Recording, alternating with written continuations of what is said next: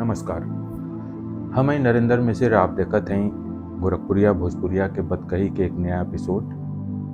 आज हमरे साथ है बाटे डॉक्टर अपर्णा पांडे जे माइंडसेट एंड मैनिफेस्टेशन कोच बाटे।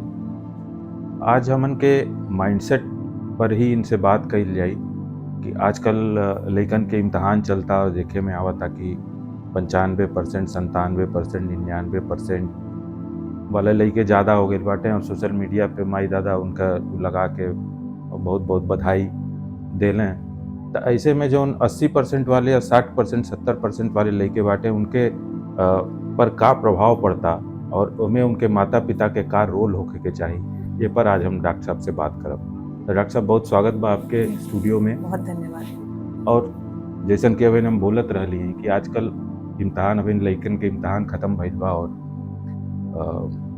97%, 99% के ट्रेंड चलता आजकल। तो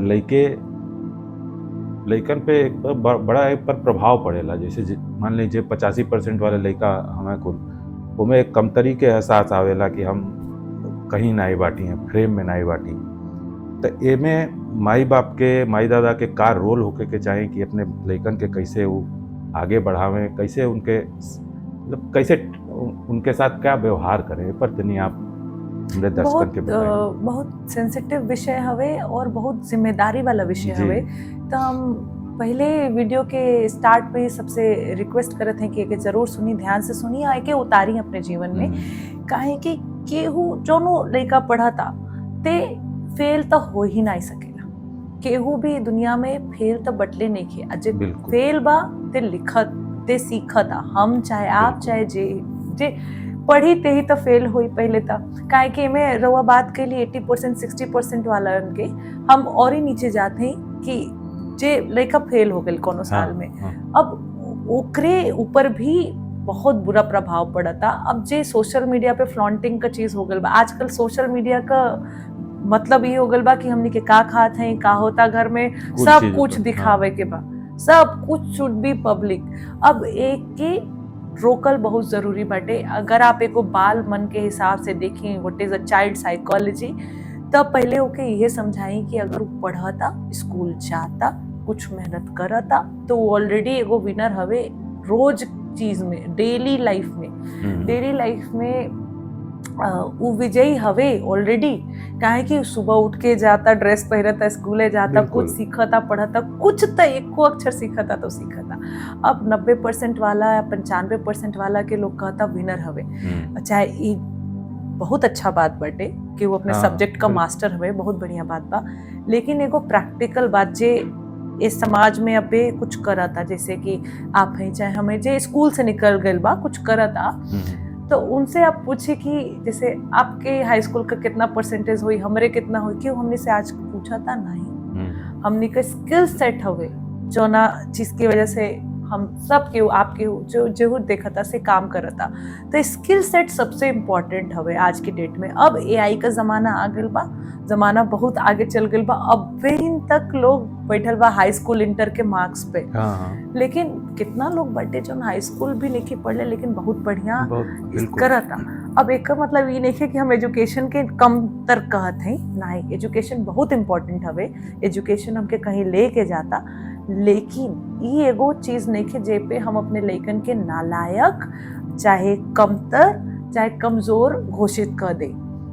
सबसे पहले अगर रउआ के घर पे कोनो छोट लइका हवे जो चाहे पढ़े वाला कोनो लइका, इवन IAS PhD वाला लइकन लोग भी होला जो कॉलेज वाले जाए वाला लोग बा, वो लोग कुछ करता तो ओके अप्रिशिएट करी, पहले उनके अच्छा बात बोली। काहे कि वो कुछ करता, जे मैदान में जइबे नहीं करी, युद्ध में जइबे नहीं करी, तो जीतल हारल तो बहुत दूर का बात बा। पहले ओइजले गइल ही बहुत बड़ा विजय हवे अपने आप में। और सबकर पढ़ले का, लिखले का, समझले का क्षमता एक जैसे नहीं है। क्यों बहुत तेज हो सकेला, क्योंकि एक के बार में पढ़ले में याद हो जाला, क्योंकि दिमाग ऐसा बा जे कि बहुत बार पढ़ले पे चीज याद होला। तो इहो चीज देखे की जरूरत बा कि लइका कहाँ से शुरू कैले बा। हो सकेला ना कि बहुत मेहनत करत होके, लेकिन ओकर दिमाग का उतना कैपेसिटी नहीं खे। तो वो तो एगो जैसे मान ला केहू के बोलने का प्रॉब्लम होला, स्टैमरिंग वाला लोग जो होला जिनकर आवाज में कंपन बाटे, वैसन लड़का जाके अगर डिबेट देता चाहे वो कैसहू दे तो ओकरे खातिर एगो बहुत बड़ा जीत विजय है हवे, ओकर, हाँ बिल्कुल बहुत बड़ा बिल्कुल। जीत हवे। तो ए तरह अपने लइकन के देखी और ये शब्द जोन बाटे ओ पे बहुत ध्यान रखी कि हम अपने लइकन के का बोले थे, वो में मोटिवेशन हवे या डिप्रेशन हवे। आप जोन ओमें सीड जोन बीज बोओ तो उन्हें दिखाई दी। और एक बहुत बड़ा दुष्प्रभाव, एकदम ध्यान से सुनी हमारी बात, बहुत बड़ा दुष्प्रभाव कहा कि आज आप अपने लइकन के कहते नहीं कि तुम कमजोर हो, तुम नालायक हो। आपके बुझाता कि आप ओके कक्षा 6 में चाहे 10 में चाहे 11 में चाहे इतने डटली ही ना ही, वो ओकरे दिमाग में बैठल बा। जब वो 50 साल का हो जाए तब वो ओकरे मन से इहे आवाज आई कि मैं कमजोर हूं। कमजोर पूरा व्यक्तित्व के विकास होकर वही तरीके से हो जाला। बिल्कुल पूरा व्यक्तित्व ओपे खराब। अब वो लड़का अगर कोनो बढ़िया एमएनसी में भी काम करता, कोनो सरकारी नौकरी में भी बा, अब अगर केहू के कुछ तनिको बोलत हुई ना तो के डर आ जाई, डाउट आ जाई, चाहे कॉन्फिडेंस का कमी आ जाई, उतना वो बढ़िया से बोल ना पाई। अपने व्यक्तित्व एकदम, जैसे भैया बोल रहे, व्यक्तित्व एकदम खराब हो जाला। तो हम अपने लेकिन से कैसे बात करी सबसे पहले, तब जब भी केहू पढ़ता कुछ करता तो सीखता। ओके कबो ये नहीं बोली कि तू फेल हो गई, तू कमजोर हव, तो बोले सीखता और ही ठीक से सिखला के जरूरत है। चाहे अच्छा तो के कहाँ दिक्कत होता, तोहार नंबर ऐसे अच्छा आ सकेला, चलो कोनो बात नहीं, अगले परीक्षा में आई और ओकरे खातिर हम तोरे साथे प्रयास करब। हमके तो बताओ कोने चीज का ट्यूशन लगावे बा, चाहे तो के कोनो दिक्कत होता, पढ़ले में दिक्कत होता, लाइट का तो कमी नहीं खे, चाहे समय तो के पूरा मिलता भरपूर, ऐसा तो नहीं के तो शरीर में कमजोरी हवे। बहुत लइकन के होला कि नींद आवता, शरीर में कमजोरी बा, इस तरह का भी दिक्कत होला। तो खैला पीला कभी चीज बा, पेरेंट्स के इहो कुल देखे के चाहिए। तो अपने हिसाब से आप जौन सपोर्ट दे सकेली सपोर्ट नहीं, और सबके एगो शाबाशी के जरूरत रउआ सबके भी हुई, चाहे कि घर में खान रोटियों पकावत हुई ना, ओहो के एगो शाबाशी चाहिए कि आज सब्जी बढ़िया बनल बा, नमक ठीक बा।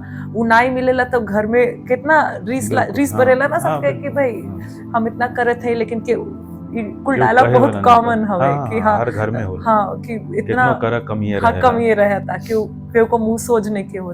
भाई तो तू उहे चीज अपने लइकन के साथे करता, तो के का पता वो कैसे पढ़ता, कितना मेहनत करता। हो सकेला स्कूले में बहुत लइका लोग के मास्टर बुली करे ने, बहुत गलत चीज भी हो जाला। अब हमरे लगे एगो केस आइल रहा, बहुत छोट लड़की, ओकर ट्यूशन का टीचर बहुत दुर्व्यवहार केले सो लड़की के साथे। अब ऐसे समस्या भी हो सकेला, बहुत टाइम आपका लड़का आपसे बोलत नहीं खा तो ओकर भी इम्पैक्ट पढ़ाई पे पढ़ता।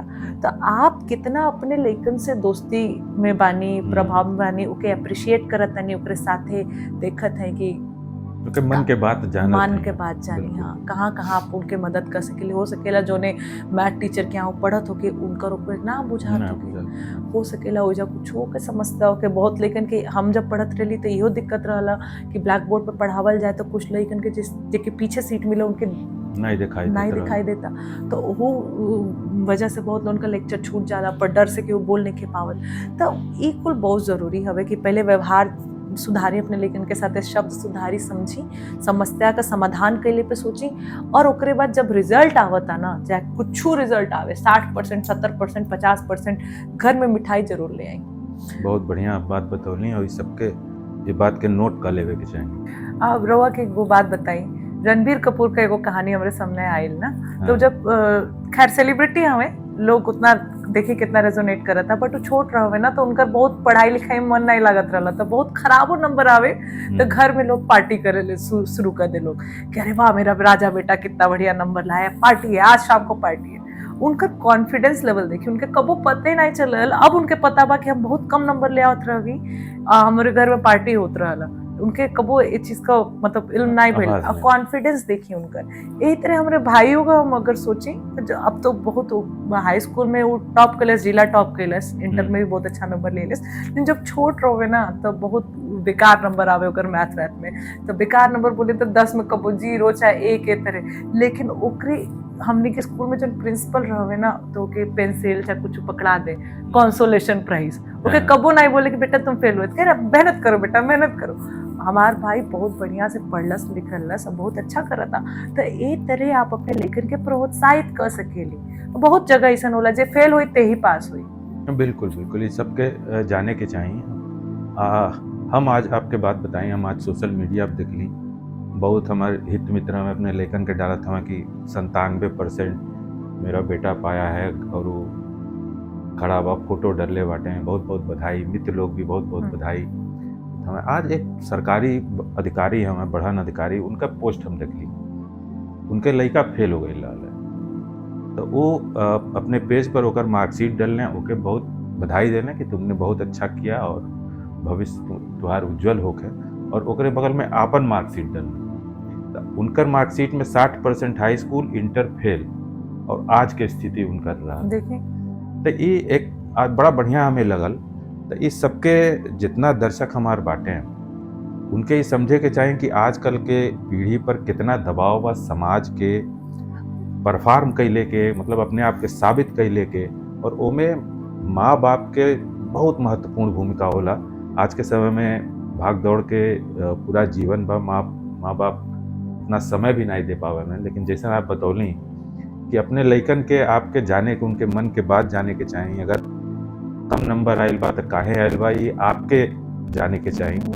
तो आज डॉक्टर साहब से बहुत बढ़िया बात भइल, बहुत सार्थक बात भइल, और हम अपने दर्शकन से ही कहल चाहते हैं कि आपो अपने घर में जो लइका बच्चा होके उन पर ध्यान दें, उन पर बहुत दबाव नहीं बनोले की ज़रूरत बा।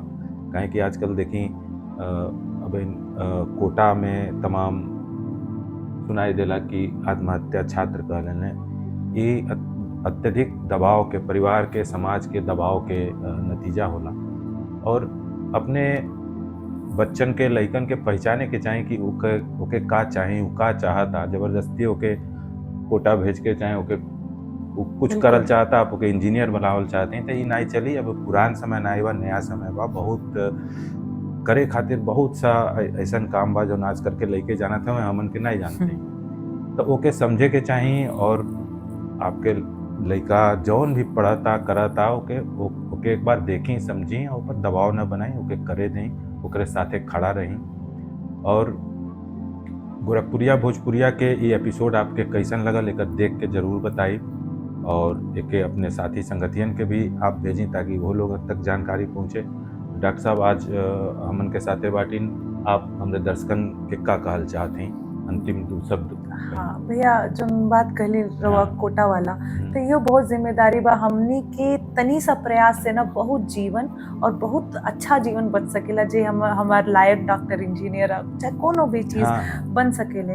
तो रवा सब तनी अच्छा बोली, अच्छा प्रयास करी, और ये सबके अंदर एगो उत्साह होके के चाहे कि हम कुछ करत हैं, तो मोटिवेशन के ऑन रखी बहुत ज़रूरी बाटे। अप्रिशिएट करी, एक्नॉलेज करी, अपने लइकन के अपनाई, जे जैसन भाव के समझी। तो ये हमने का प्रयास बा, और ये प्लेटफॉर्म के जरूर लाइक करी, सब्सक्राइब करी, या शेयर करी, या जरूर कमेंट में बताई कि कैसन लागल, और कोई कुछ और एक प्रश्न हो के तो जरूर सेवा का अवसर दें। आपके डॉक्टर साहब के नंबर आपके स्क्रीन पर दिखाई देता, ये पर आप उनसे संपर्क कर सकीला। अगले रविवार के फिर मिलल जाए एक नया एपिसोड के साथ। तबले सबके नमस्कार।